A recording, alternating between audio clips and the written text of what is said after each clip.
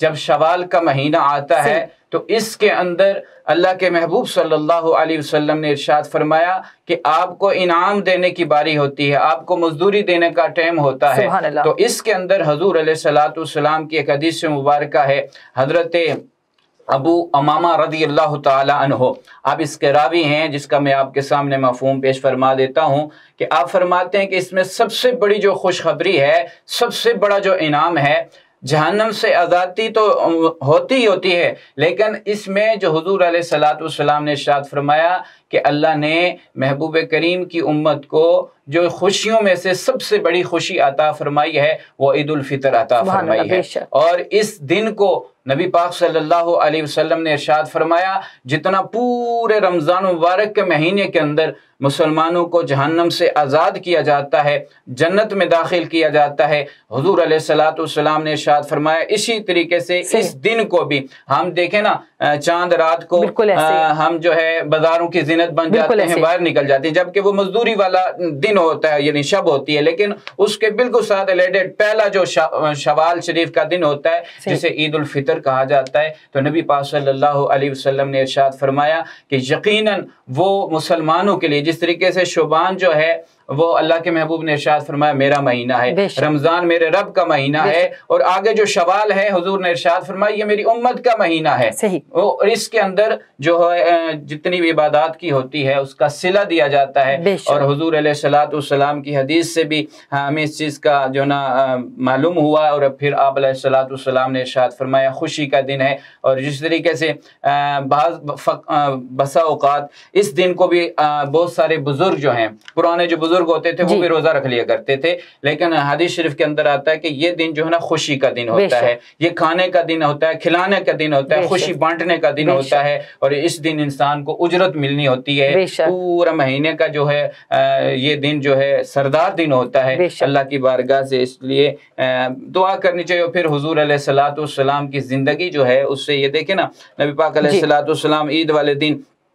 آپ نماز عید کے بعد باہر نکلے، آپ نے دیکھا کہ ایک بچے کھیل رہے ہیں، تو بڑی مشہور حدیث شریف ہے، آپ نے دیکھا کہ ایک معصوم جو ہے نا وہاں رو رہا ہے، چھوٹا بچہ رو رہا ہے، آپ علیہ الصلوۃ والسلام نے اس کو جو ہے نا بلایا اور فرمایا بیٹا کیوں رو رہا ہے، وجہ کیا، آج تو خوشی کا دن ہے۔ تو آپ علیہ الصلوۃ والسلام نے جب اس سے پوچھا تو وہ کہنے لگا یا رسول اللہ میری باپ بھی نہیں ہے، ماں بھی نہیں ہے، میرا کوئی بھی نہیں ہے کہ جس کے ساتھ میں خوشی کروں، اور آج یہ بچے کھیل رہے ہیں تو میں مایوس اس لیے ہوں کہ کاش میرا کوئی والد بھی ہوتا، میری ماں بھی ہوتی، تو آج میرے بھی بھائی ہوتے تو میں بھی ان کے ساتھ کھیلتا۔ تو کریم آقا علیہ الصلوۃ والسلام نے اس کے سر پہ ہاتھ رکھا اور شفقتوں سے نوازا، اور پھر آپ اپنے گھر لے گئے۔ امام حسن کو فرمایا بیٹا یہ تمہارا بھائی ہے، آپ اس کے ساتھ کھیلیں، اس کے ساتھ جو نا خوشی کے ساتھ خوشی کا اظہار کریں، آج خوشی کا دن ہے، عید کا دن ہے۔ تو آپ علیہ الصلوۃ والسلام نے اس کے سر پہ ہاتھ رکھا، تو یتیم تھا، آقا علیہ الصلوۃ والسلام نے ارشاد فرمایا کہ جو یتیم کے سر پہ ہاتھ رکھتا ہے جتنے بال اس کے سر کے نیچے آتے ہیں اللہ اتنے گناہوں کو معاف فرما دیتا ہے۔ تو یہ جو شوال کا مہینہ ہے یہ اجر کا مہینہ ہے، اللہ سے مانگنے کا مہینہ ہے، نہ کہ ہم روزے رکھ کے یہ سمجھ لیں کہ ہم نے سب کچھ ادا کر دیا اب ہماری ذمہ داریاں ختم ہو گئی ہیں، ایسا نہیں ہے، اس میں مانگنے کا دن ہوتا ہے، اللہ سے مانگنا چاہیے۔ صحیح۔ تو آپ کا کہنے کا یہ ہے مقصد کہ ماہ شوال جو ہے اس کو بھی اہمیت اتنی ہی حاصل ہے جتنی کہ ماہ رمضان کو حاصل ہے۔ تو علامہ صاحب بتائیے کہ ماہ شوال میں بھی نفلی روزے رکھنے چاہیے، اور کیا ان کی اہمیت ماہ شوال میں بھی اتنی ہے جتنے ماہ رمضان میں ہے؟ ماہ رمضان میں تو فرض روزے ہوتے ہیں، تو جو سنتی روزے ہیں تو نفلی روزے تو ماہ شوال میں رکھے جا سکتے ہیں، اور ان کی اہمیت کا کیا اس حوالے سے بتائیے گا؟ ماشاءاللہ آپ نے بہت خوبصورت سوال کیا۔ دیکھیں رمضان شریف کے جو روزے ہیں ان کی فضیلت تو اپنی جگہ ہے، صحیح، کیونکہ وہ فرض ہیں، اور اس طریقے سے یہ نوافل جو ہیں نفلی روزے جو ہیں ان کے بارے میں نبی پاک علیہ الصلوۃ والسلام کی حدیث ہے۔ نبی پاک علیہ الصلوۃ والسلام نے ارشاد فرمایا، حضرت ابو ایوب انصاری رضی اللہ تعالیٰ عنہ آپ اس کے راوی ہیں، آپ فرماتے ہیں کہ نبی پاک علیہ الصلوۃ والسلام نے ارشاد فرمایا جس طریقے سے انسان رمضان کے روزے رکھتا ہے اور عبادات کرتا ہے، اب وہ اگر اسی طریقے سے مثال کے طور پہ شوال کے 6 دن جو ہیں وہ روزے رکھ لے، حضور علیہ الصلوۃ والسلام نے ارشاد فرمایا کہ اللہ تعالیٰ اسے پورے سال روزوں کا ثواب عطا فرماتا ہے، یعنی گویا اس نے پورے سال روزے رکھے ہیں۔ پھر صحابہ نے عرض کیا یا رسول اللہ صلی اللہ علیہ وسلم یہ تو وہ انسان ہے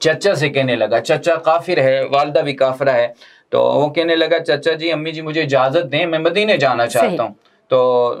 آپ کے جو چچا تھے انہوں نے کہا بیٹا یہ جو کاروبار ہے یہ سارا نظام آپ کے حوالے کیا ہوا ہے، تو آپ اس کو چلاتے ہیں تو میں آپ کو کیسے چھوڑ سکتا ہوں؟ تو آپ نے کہا چاچا کچھ بھی کر لیں لیکن میں نے اب مکے نہیں رہنا، میں نے مدینے جانا ہے، میں نے یہاں نہیں رہنا۔ تو نبی علیہ السلام کی محبت کے اندر اس نے جب اپنے چاچا کو مجبور کیا تو اس نے کہا کہ یہ مال، اس نے سارا کچھ، نے کہا چاچا یہ لے لیں، اب چابیاں اٹھائیں، کنجیاں اٹھائیں، جا کر چاچے کے قدم میں ڈالیں اور اپنی والدہ سے اجازت لینے لگا۔ تو چاچا آخر میں کہنے لگا اچھا یہ تو نے دے دیا لیکن تو نہیں جا سکتا۔ فرمایا اب کیوں نہیں جا سکتا، سب کچھ تیرے حوالے کر دیا، تو میں نے جانا ہے مدینہ شریف۔ تو انہوں نے فرمایا نہیں جا سکتا، تیرے جسم پر جو لباس ہے نا یہ بھی میری کمائی سے، میرے پیسوں سے خریدا ہوا ہے، تو مدینہ نہیں جا سکتا۔ اس نے والدہ کو کہا امی جی اگر کوئی چادر ہے کوئی دوپٹہ ہے تو مجھے بتائیں۔ آپ کی والدہ نے اندر سے چادر دی، آپ دروازے کے پیچھے جاتے ہیں، کپڑے اتارے اور وہ ایک چادر درمیان سے پھاڑ کے آپ نے اپنے ستر کو ڈھانپا اور ایک کو اپنے سر پہ لپیٹا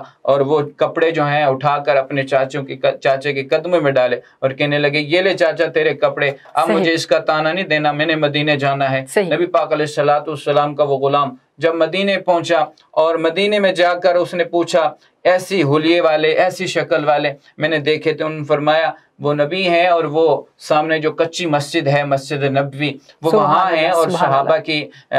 ساتھ جو ہے نا وہ حسن سلوک سے پیش آتے ہیں اور وہ آپ صحابہ کو دین سکھاتے ہیں، دین کی باتیں بتاتے ہیں، تعلیم دیتے ہیں، تو اگر آپ نے ملنا ہے تو آپ چلے جائیں۔ تو وہ نوجوان جب وہاں جا کر پہنچا تو آپ نے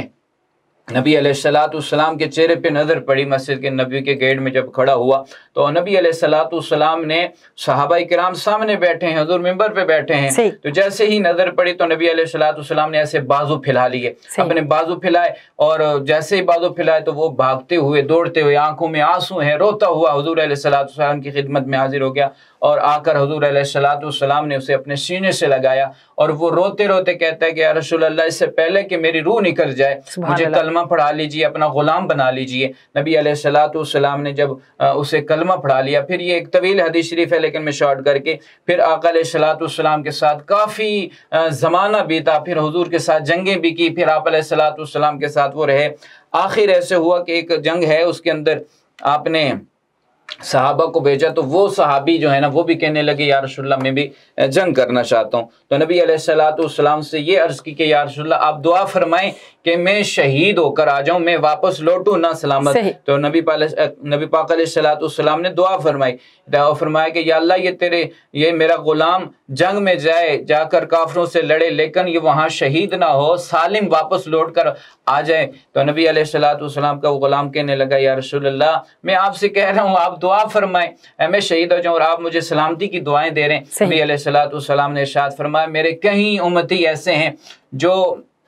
جن کو یہ میں پیغام دینا چاہتا ہوں کہ اگر بخار، میں دیکھ رہا ہوں کہ تو جنگ کر کے آئے گا، پھر تیسرے دن تجھے بخار چڑھے گا، پھر 3 دن تک وہ بخار رہے گا، اس کے بعد جو ہے تجھے وصال آئے گا، تجھ پہ موت آئے گی۔ تو اللہ کے محبوب علیہ السلام نے دعا فرمائے تو وہ پھر اسی طریقے سے جنگ سے واپس آئے، پھر بخار چڑھا، پھر آپ 3 دن کے بعد آپ کا وصال ہوا۔ جب وصال ہوا تو نبی علیہ السلام نے صحابہ کو فرمایا اور حضور نے دعا دی تھی کہ یا اللہ کہ اس کو شہادت کی موت عطا کرنا، تو وہ بخار کی حالت میں مرا۔ تو نبی علیہ السلام نے فرمایا میری امت کے کچھ لوگ ایسے ہیں جو شہادت کی تمنا تو کریں گے لیکن شہید والا مقام جو ہے اس طریقے سے ان کو نہیں ملے گا جس طریقے سے کافروں کے سامنے لڑ کے ملا جاتا ہے، لیکن بخار کی حالت کے اندر بھی اگر کوئی بندہ اس کا وصال ہو جاتا ہے تو کریم مصطفیٰ علیہ السلام نے ارشاد فرمایا اللہ اسے شہادت والی موت عطا فرماتا ہے، اللہ اسے شہید عطا کرے گا۔ اسی طریقے سے پھر وہ جو صحابی ہیں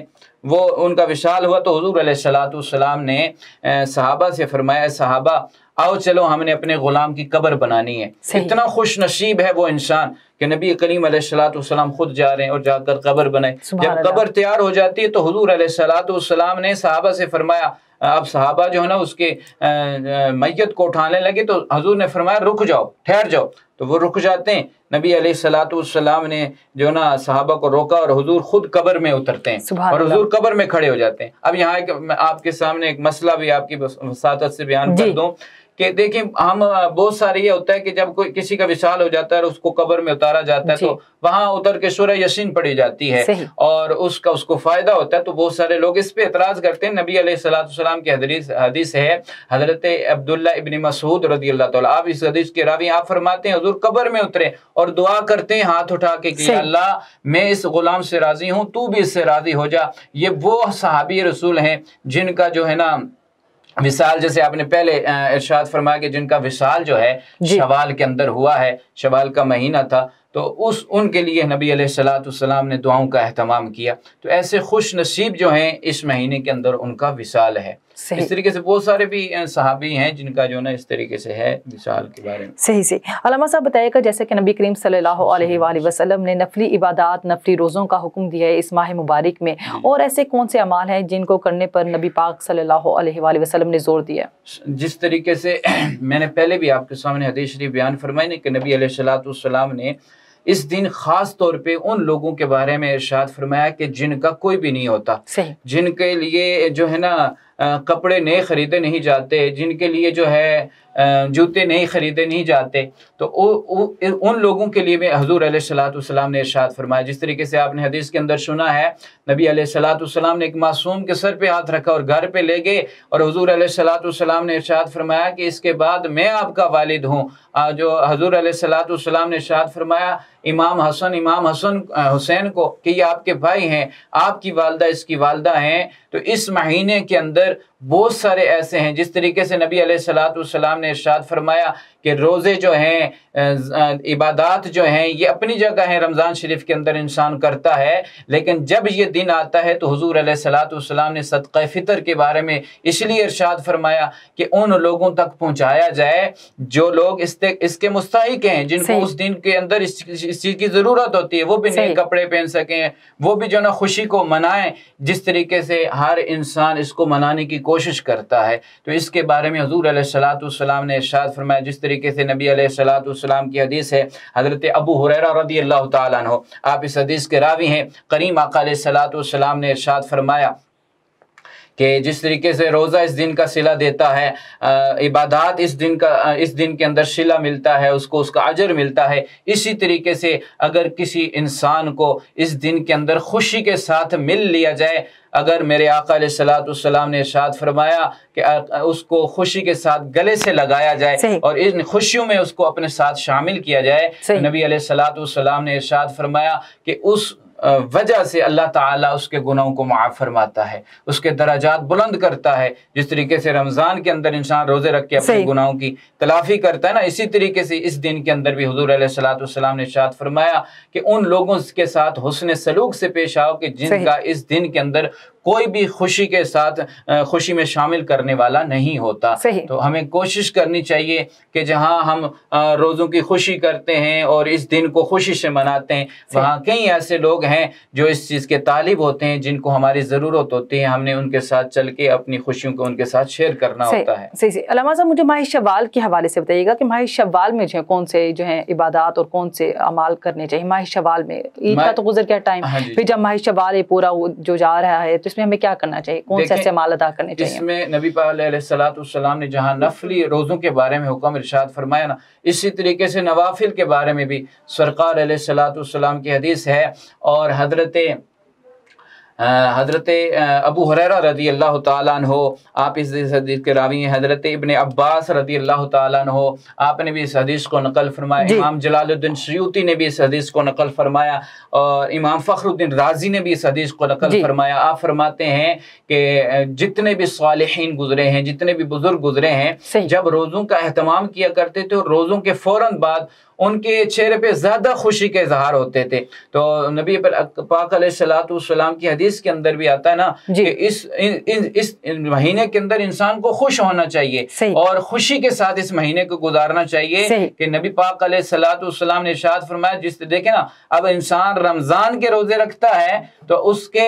زندگی کے گناہ معاف ہوتے ہیں، اور حضور نے ارشاد فرمایا اس مہینے کے اندر اگر کوئی انسان 6 روزے رکھتا ہے، یہ اپنا معمول بنا لیتا ہے، تو نبی پاک علیہ السلام نے ارشاد فرمایا کہ ساری زندگی روزے رکھنے کا اللہ اس کو ثواب عطا فرمائے، یعنی ساری زندگی اس نے روزے رکھے ہیں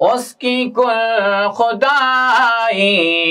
ہے، زندگی حقیقت میں بس اسی نے پائی ہے، اور چار سو اندھیرا تھا،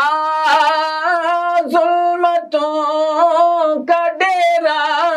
تھا،